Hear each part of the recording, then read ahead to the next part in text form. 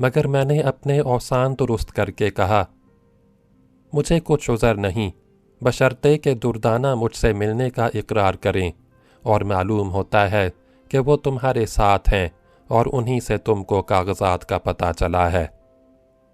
ہاں، یہ سچ ہے، دردانہ تم سے ملے گی۔ معلوم ہوا ہے کہ شاہ عالم بادشاہ نے اپنا بزرگ رازدار سمجھ کر دفینوں کی یادداشت تمہارے باپ کے پاس امانت رکھ دی تھی، اور کہا تھا کہ ضرورت کے وقت میرے لائق جانشینوں کو دے دینا۔ میں نے پوچھا، تو کیا دردانہ رات کو بھی محل میں رہتی ہے؟ بولے، نہیں، آدھی رات کے قریب وہ کشمیری دروازے کے مکان میں آ جاتی ہے، اور وہیں ہم رہتے ہیں۔ میں نے ان سے مکان کا پتہ دریافت کیا، اور اس کے بعد کہا، صاحب، مجھے کاغذات لا دینے میں کوئی عذر نہیں، مگر والد صاحب نے خبر نہیں ان کو کہاں رکھا ہے۔ میں نے تو آج تک ان کا ذکر بھی نہیں سنا۔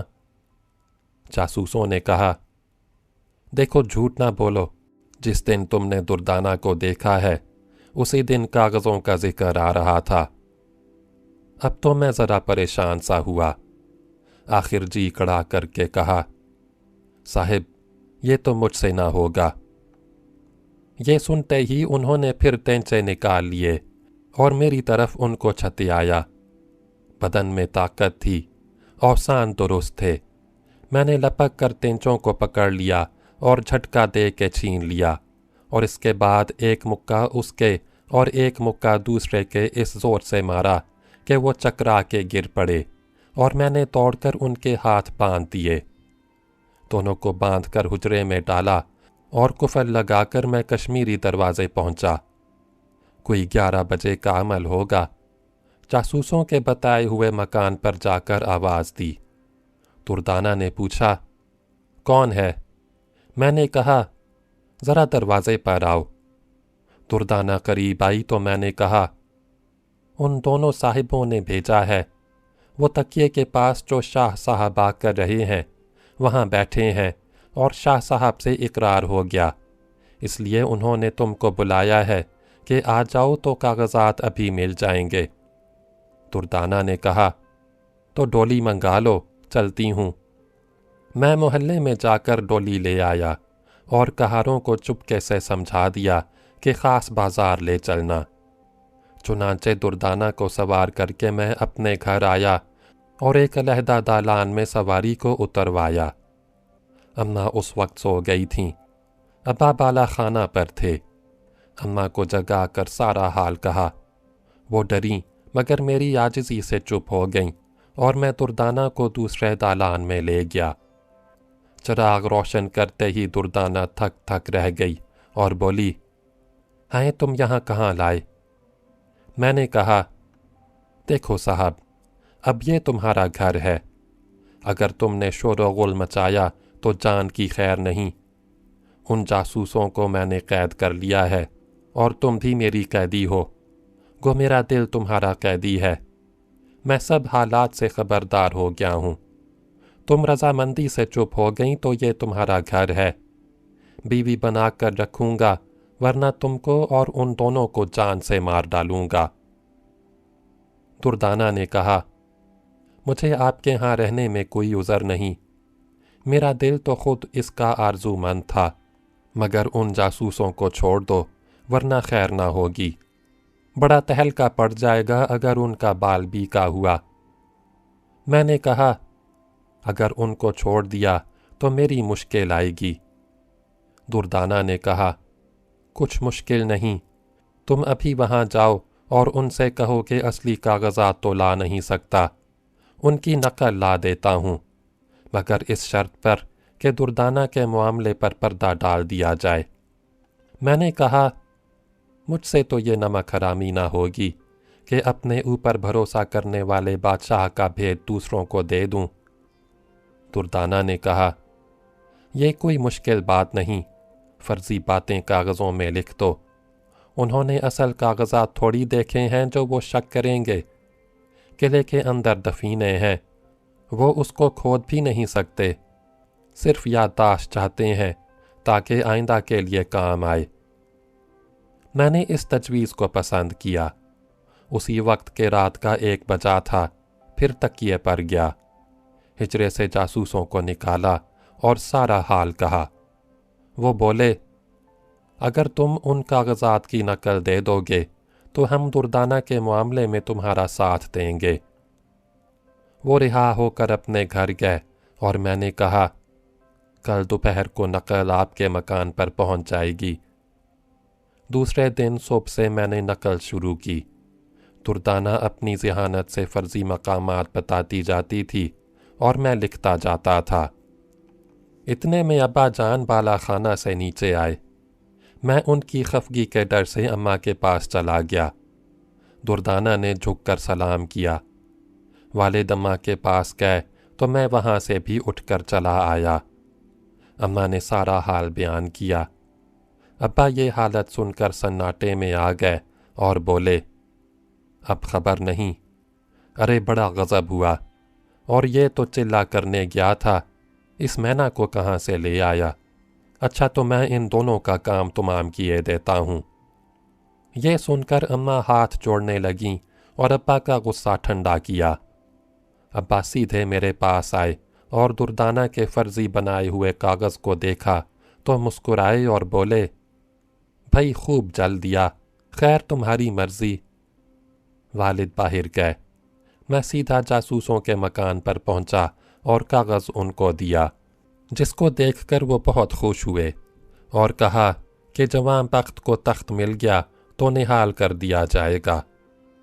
اس کے بعد میں گھر آیا اور دردانہ سے نکاح کر کے ہنسی خوشی رہنے لگا۔ غدر۔ چند روز کے بعد غدر کا ہنگامہ برپا ہوا۔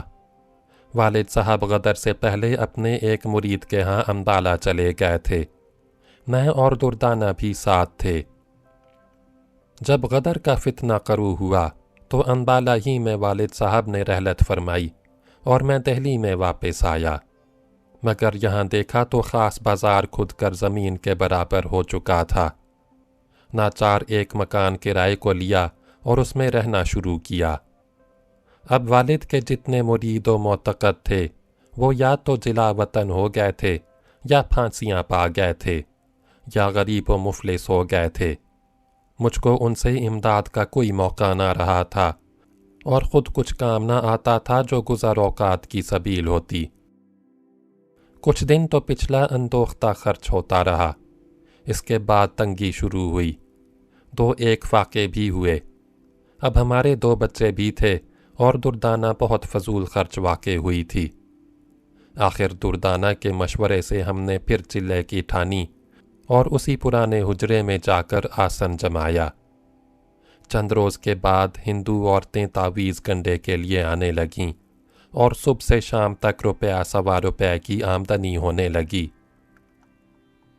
5 پیسے کا تعویذ دیتا اور 5 آنے کا گنڈا، یہ معمول ہو گیا تھا۔ ایک دوپہر کو سوتا تھا کہ خواب نے حضرت دین علی شاہ قلندر اور اپنے والد کو دیکھا کہ دونوں آپس میں باتیں کر رہے ہیں اور کہتے ہیں، دیکھو میں نے ساری عمر نگینہ سازی کی اور میرا بیٹا دوسرے کی کمائی پر ذلیل اوقات بسر کرتا ہے۔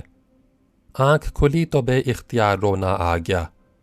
سیدھا دردانہ کے پاس آیا اور سارا حال اس سے کہا۔ دردانہ نے کہا، خواب خیال ہے، اب یہ نہ کرو گے تو کیا کرو گے؟ کام کچھ آتا نہیں۔ میں نے کہا، نوکری کروں گا۔ یہ ٹھان کر نوکری کی تلاش شروع ہوئی اور ایک مکتب میں 10 روپے ماہوار کی ملازمت کر لی۔ اسی زمانے میں دردانہ بیمار ہوئی۔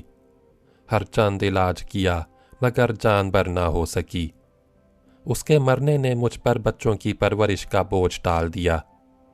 نوکری پر جاتا تھا تو بچوں کو ساتھ لے جاتا، بازار میں روٹی کھاتا، غرض اسی طرح بمشکل 1 سال گزرا۔ پکانے والی ماما۔ مکتب میں میری ترقی ہو گئی۔ 20 روپے ملتے تھے اور شام کو 2 لڑکے گھر پر پڑھنے آتے تھے۔ 30 روپے میرے لیے بہت تھے، اس لیے ایک دن یہ خیال ہوا کہ کسی پکانے والی ماما کو نوکر رکھنا چاہیے۔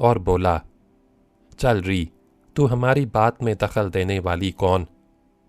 یہ کہہ کر ایک بانس میرے سر پر مارا، مغز پھٹ گیا اور میں بے ہوش ہو کر گر پڑی۔ ہوش آیا تو دریا کی ریت میں پڑی تھی اور آس پاس کوئی نہ تھا، ہلنے جلنے کی طاقت نہ تھی۔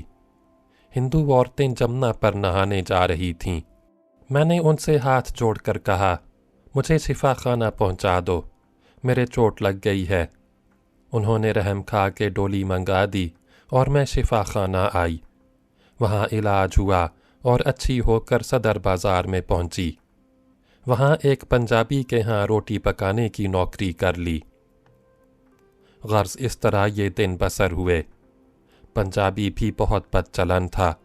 اس کی بری نگاہیں دیکھ کر میں نکل آئی اور بھیک مانگنے لگی، کیونکہ 2-4 جگہ نوکری کو کہا تو انہوں نے ضمانت مانگی۔ ایک دن بھیک مانگ رہی تھی کہ ایک لڑکا روٹی دینے آیا۔ مجھ کو اس کی صورت دیکھ کر کچھ محبت سی آئی۔ پوچھا، تم کون ہو؟ اس نے کہا، میری اماں روٹی پکاتی ہیں۔ میں نے کہا، ان کا کیا نام ہے؟ بولا، رقیہ۔ رقیہ نام سن کر مجھے شک ہوا کہ شاید میری پھپھی ہیں۔ اندر گھر میں چلی گئی، دیکھا تو واقعی پھپھی جان تھیں۔ پھپھی جان نے مجھ کو پہچانا، گلے مل کر خوب روئیں اور اپنے پاس ٹھہرا لیا۔ چند روز میں نے ان کے ساتھ کام کیا، مگر ایک دن اس گھر میں کچھ چوری ہو گئی۔ صاحب خانہ نے پولیس کو بلا کر کہا کہ یہ اجنبی عورت ہمارے ہاں آئی، اسی کا کام معلوم ہوتا ہے۔ پولیس والے مجھ کو کوتوالی لے گئے اور وہاں مجھ پر تنبیہ شروع ہے۔ ایک نے میری چوٹی پکڑ کر گھسیٹا۔ اس وقت میں نے آسمان کو دیکھا کہ میں ہندوستان کے شہنشاہ کی نواسی ہوں۔ میں چور نہیں ہوں، مجھے یہ کیوں ستاتے ہیں؟ الہی، میرا دنیا میں کوئی حمایتی نہیں۔ میں کس سے کہوں کہ بے قصور ہوں؟ یہ سوچ رہی تھی کہ سپاہی نے جوتیاں مارنی شروع کیں۔ یہ ذلت ایسی سخت تھی کہ مجھ کو غش آ گیا۔ آخر تھانے دار نے رحم کھا کے مجھ کو چھوڑ دیا اور میں بھیک مانگتے مانگتے آپ کے ہاں آ گئی۔ پیر جی گھسیارے۔ میں نے اپنے ماما اور حال کی بیگم کا افسانہ سن کر ٹھنڈا سانس بھرا اور کہا کہ دنیا میں بھی کیا کیا انقلابات پیش آتے ہیں، مگر دنیا والے ذرا نہیں گھبراتے۔ نہ اچھے وقت کا کچھ اعتبار ہے، نہ برے وقت کا۔ ایک سا وقت کسی کا نہیں رہتا۔ انسان کو نہ خوشی میں اترانا چاہیے، نہ تکلیف میں گھبرانا۔ چند روز ہم بہت ہنسی خوشی سے رہے، مگر اتنے میں میرے مکتب کی نوکری جاتی رہی۔ ذرا سے قصور پر مجھ کو موقوف کر دیا گیا۔ لڑکوں نے بھی جو میرے پاس پڑھنے آتے تھے آنا چھوڑ دیا۔ اب پھر معاش کی تنگی ہوئی، جگہ جگہ نوکری کی تلاش کو گیا، مگر کہیں دستیاب نہ ہوئی۔ لوگ کہتے، میاں آج کل بڑے بڑے BA مارے مارے پھرتے ہیں، کوئی 2 کوڑی کو نہیں پوچھتا۔ اس حالت میں ایک دن میں درگاہ حضرت نظام الدین اولیاء میں زیارت کو گیا۔ واپسی میں دیکھا کہ ایک گھسیارا گھوڑے پر گھاس لادے چلا جاتا ہے۔ میں نے راستہ کاٹنے کو اس سے باتیں شروع کیں۔ پوچھا، کیوں بھئی، یہ گھاس کتنے کو بک جائے گی؟ اس نے کہا 3-3.5 روپے کو۔ مجھے بڑا تعجب ہوا۔ میں نے کہا، اوفو، اس میں تو بڑا نفع ہے۔ گھسیارے نے کہا، محنت بھی تو ہے۔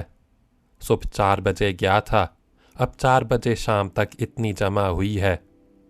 میں نے کہا، جنگل سے مفت لاتے ہو یا کچھ دینا پڑتا ہے؟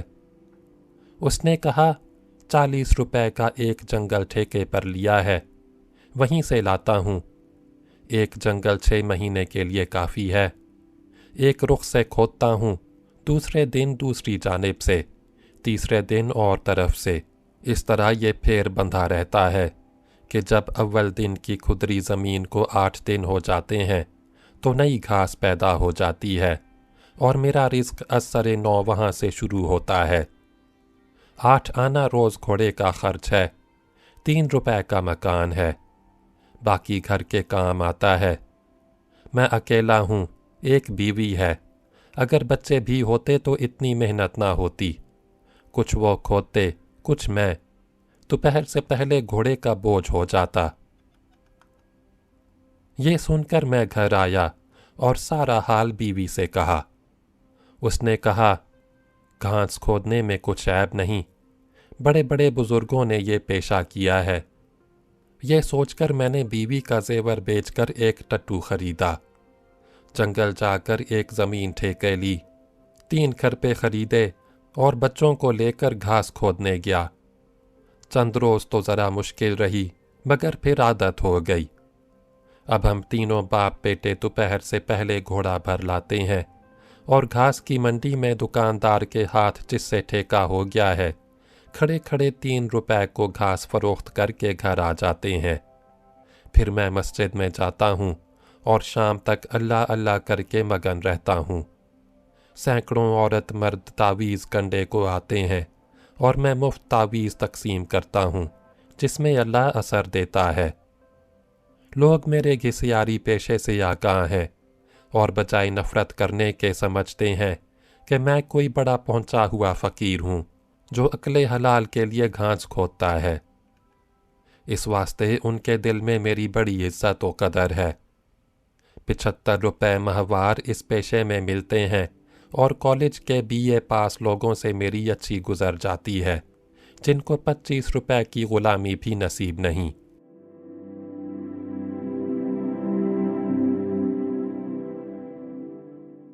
ٹھیلے والا شہزادہ اگلی ویڈیو میں سنیں۔